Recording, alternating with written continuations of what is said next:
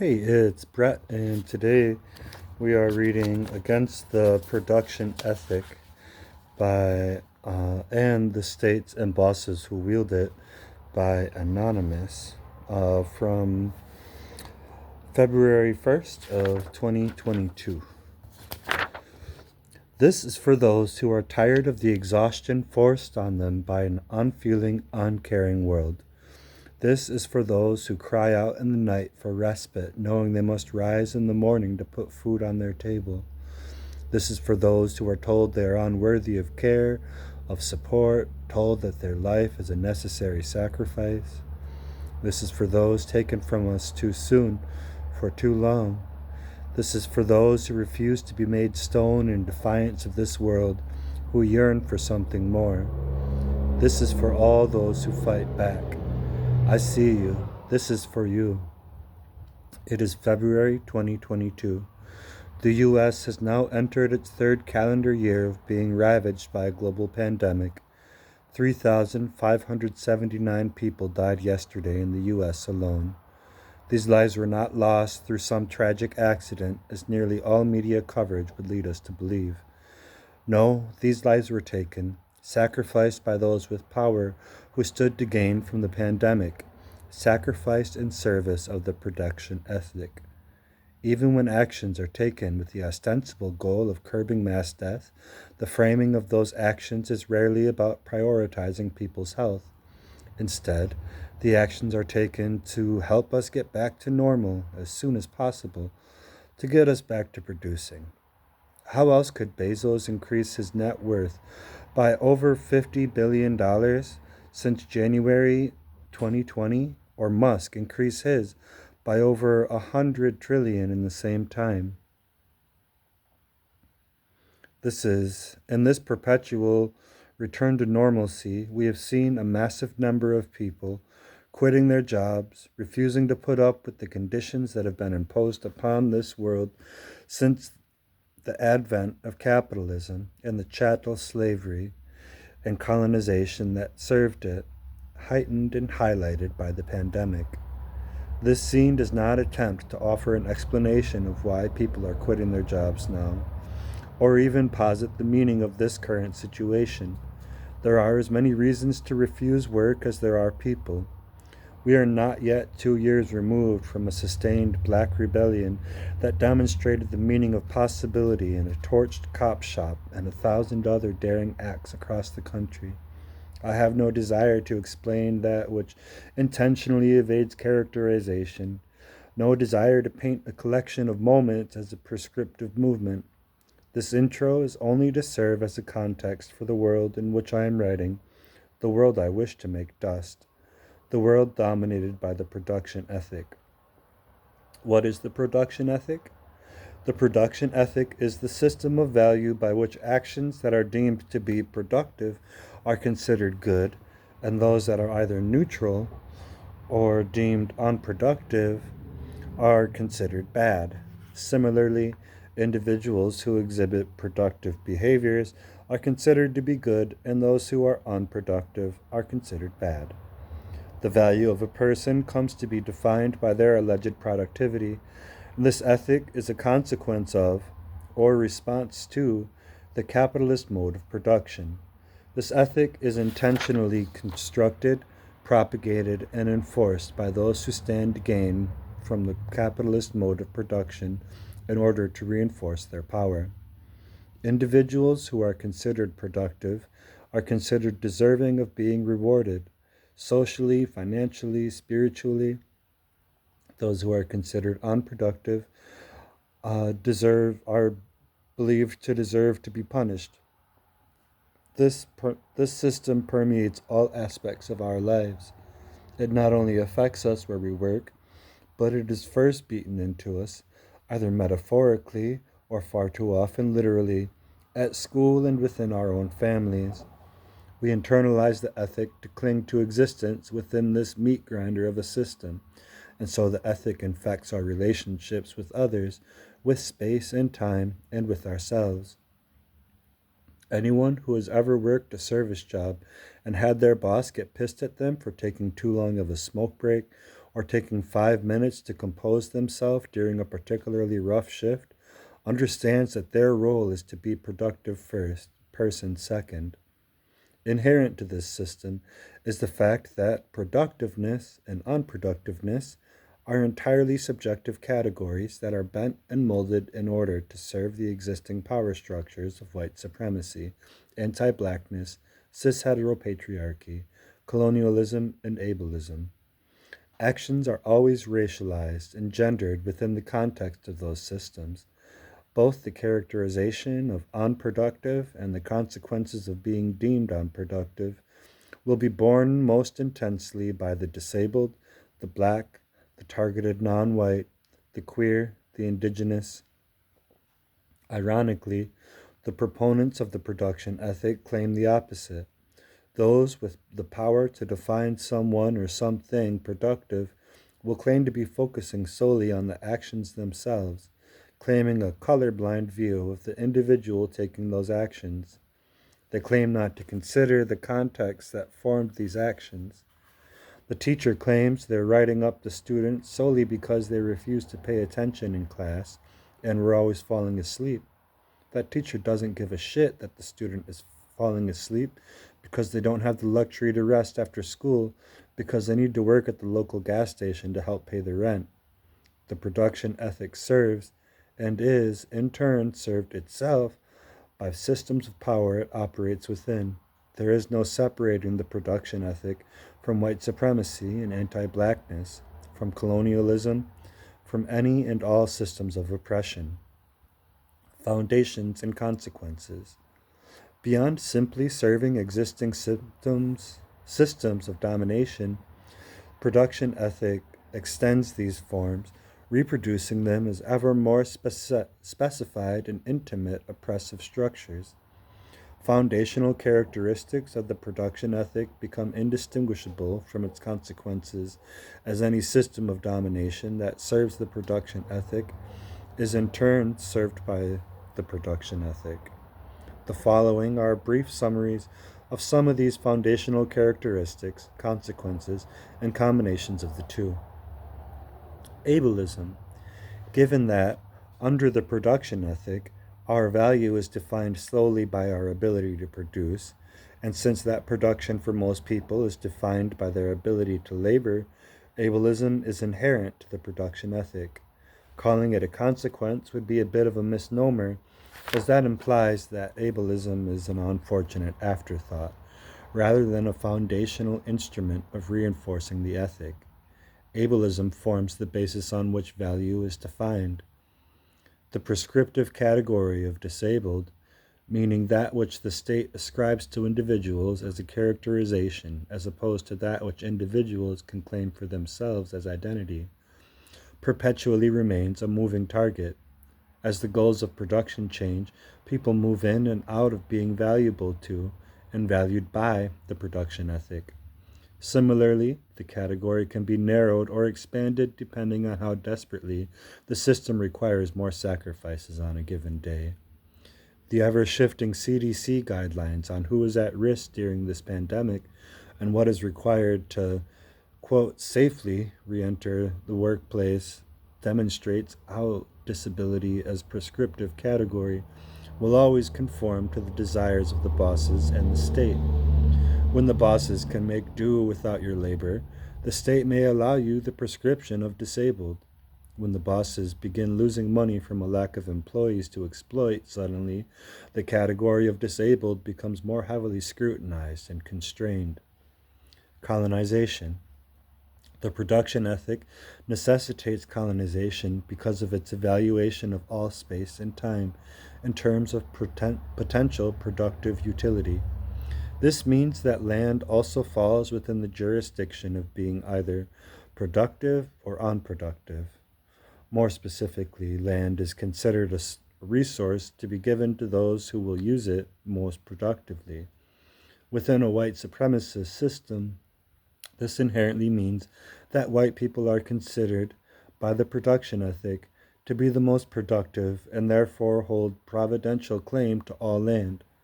Land that is not serving the institutions of white supremacy can never be considered productive, and therefore must be made to do so.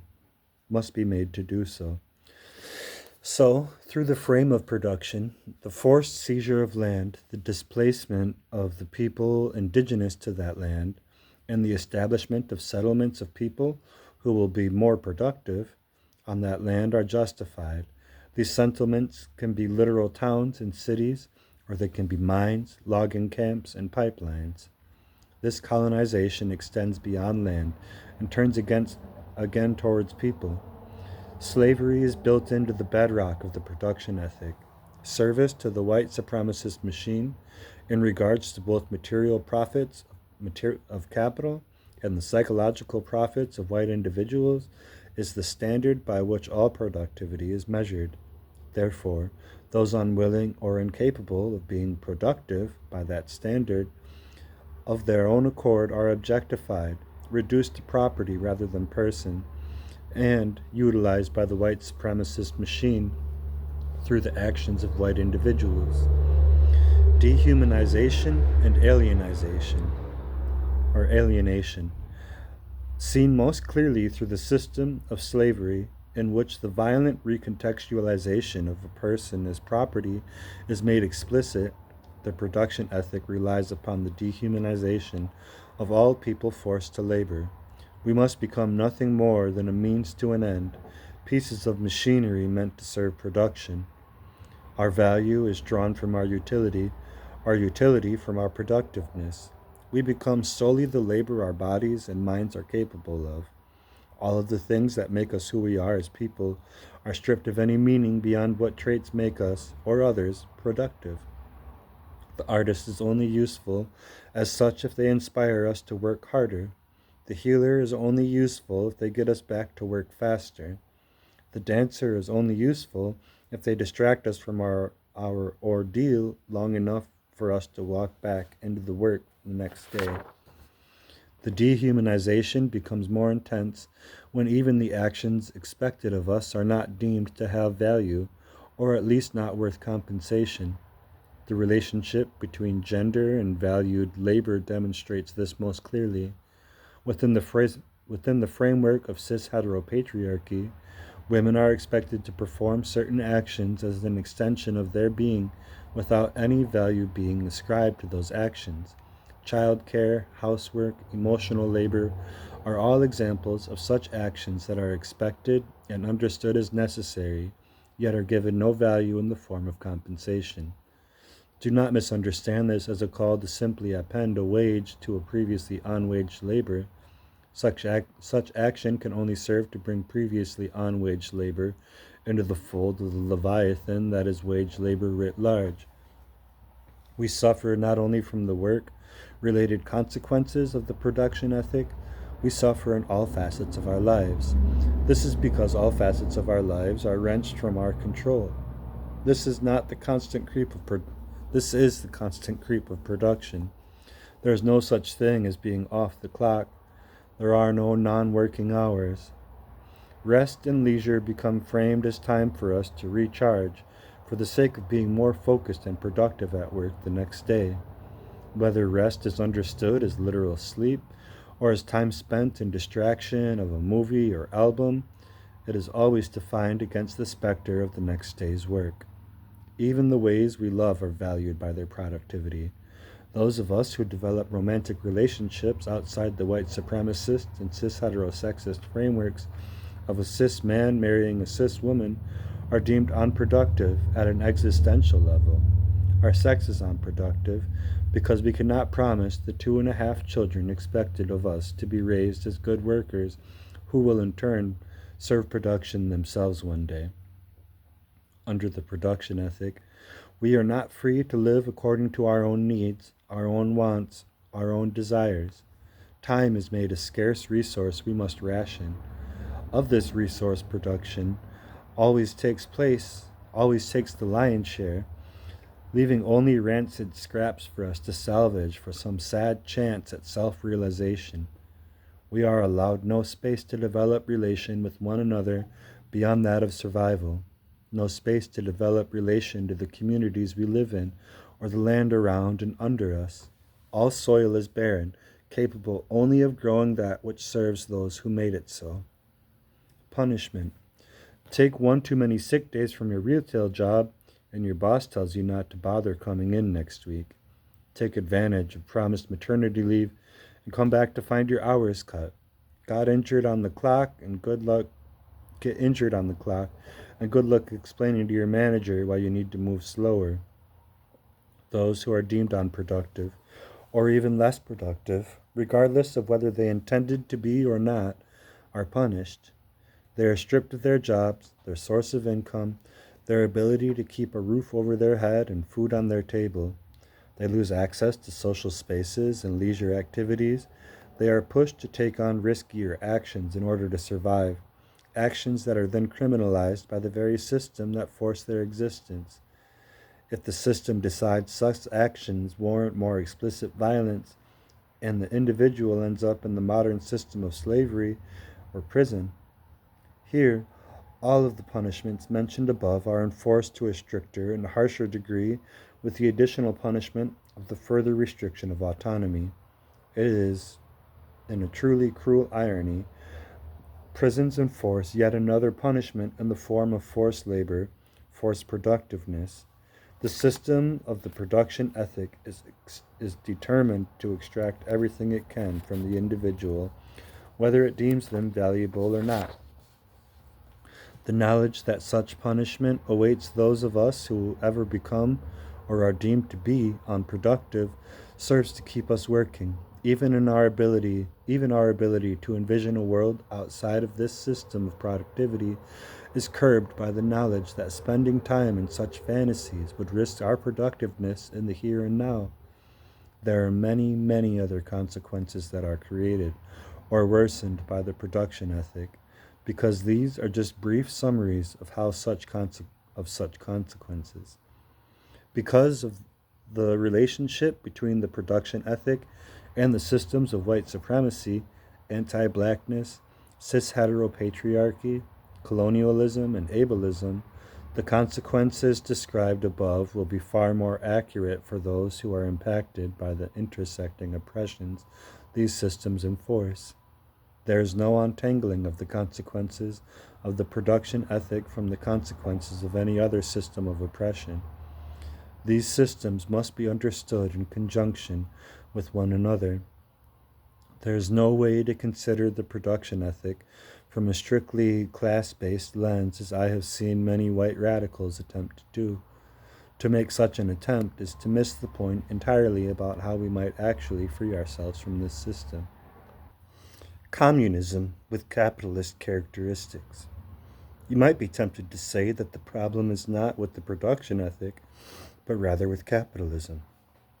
Perhaps you think if the state were of the communist variety, comprised of a dictatorship of the proletariat, the production ethic might even be a good thing. My response is simple. There is no rehabilitating the production ethic. There is no state without the capitalist mode of production.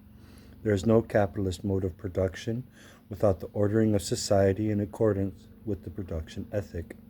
There is no production ethic without its foundations and consequences.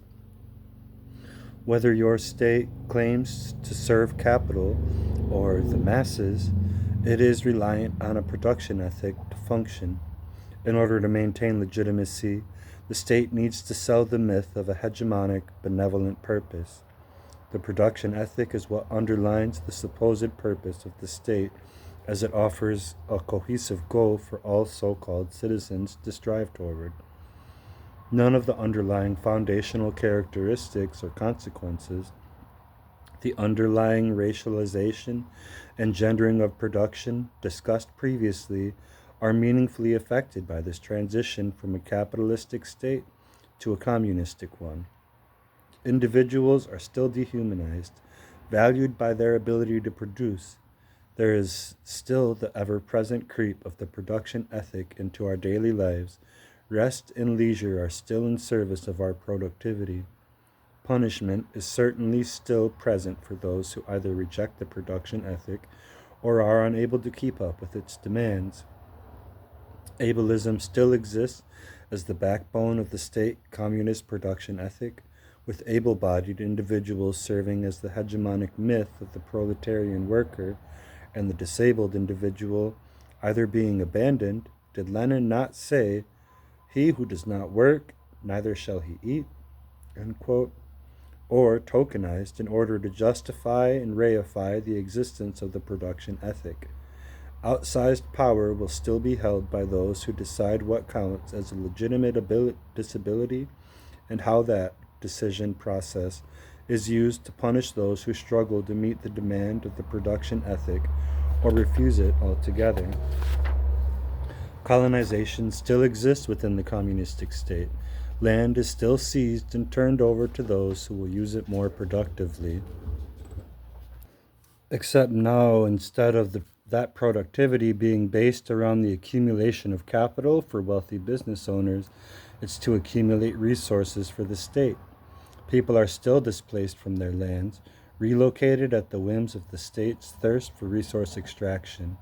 They are still re-educated to better serve the state. Some will say that a communist state will be kinder to it in its displacement, relocation, and re-education, that such acts are necessary in order to ensure an economy that can care for the masses. This is apologia for colonization, plain and simple. There is no kind displacement, no kind ethnocide. Note this thought is also present in white anarchist tendencies that seek the establishment of communes or autonomous zones on stolen land as a means by which to re-establish some connection to the land that was never ours to begin with. These currents are dangerous in their own right and should be understood as misguided at best. This is not to say all communes are inherently colonial, but any such white-led structure in the U.S. almost certainly is. The belief that somehow a communist state would be able to function without the dehumanization of people and extraction of resources from land amounts to the worship of technology we see from every tech bro who believes in cryptocurrency as a revolutionary force. The only difference in this case is that the state communist supplants the worship of capital with the worship of the state. Both are a worship of technology as savior, and both rely on the capitalist mode of production.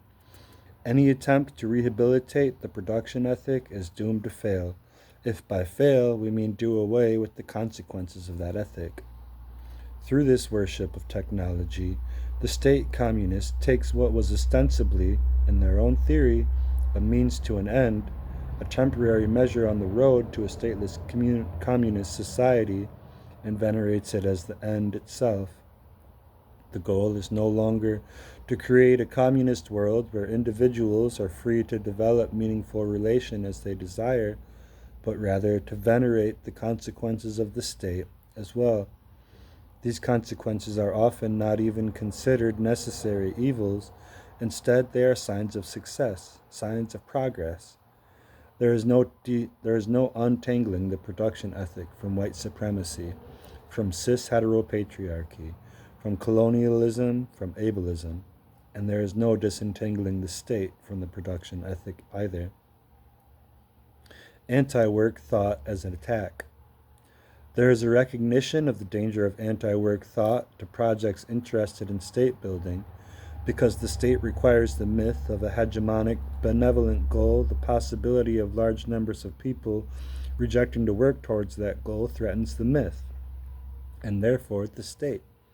Work refusal is a threat to, but not directly an attack on, the production ethic. If we wish to do away with the system of domination imposed upon us through the capitalist mode of production, it is not enough to refuse work or prioritize individual rest and leisure. Individual lifestyle choices will never be enough. We must attack. In order to directly attack the production ethic, we must attack the institutions of oppression that are fundamental to it. If we wish to live in a world where we are free to develop meaningful relation to one another and to the communities we live in, if we wish to live without the imposition of a value based upon the alleged productive capabilities of our bodies, If we wish to rest when we decide to rest, and to rise only when we are ready to rise, or the cat wakes us up. That's me, Brett, saying that one. We must attack that which forces the framework of productivity upon us. We must attack the institutions of colonialism. We must attack the institutions of white supremacy. We must attack the institutions of ableism. We must attack the institutions of cisheterosexism. We must attack the institutions of anti-blackness. We must torch the mechanisms of capitalism so thoroughly that even the state communists cannot turn them against us. There is no place for class reductionism in this attack. Such reductionism only serves to reinforce the oppression inherent to the production ethic and must be denounced as such. I attack because I refuse to be sacrificed on the factory floor, the bosses, the peoples, or otherwise. I only ask that you attack in the ways that you are able, whether you are able, whenever you are able. You deserve better than what this world can ever give you. You deserve so much better.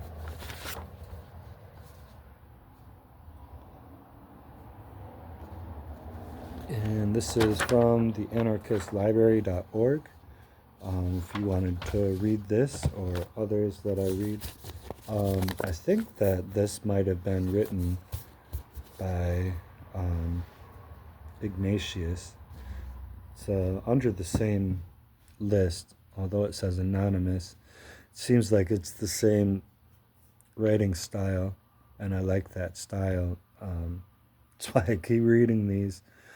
So I'm probably going to read more by Ignatius because it's really easy for me to bring it to life from the page. So if you want to hear more and learn more along with me, please subscribe. And if you want to contribute to efforts to do on-the-ground journalism, especially of the current protests and crises we have to respond to, I plan to go down to Illinois soon and go document ICE and Border Patrol actions and National Guard actions. It's complete bullshit that the government is turning the military against us, and it's the government, not just Trump, because he can't do any of this on his own. Every Republican is guilty. Every Democrat is guilty, because we got to this point through complicity and through hatred and through the status quo. And that's what we must work to dismantle.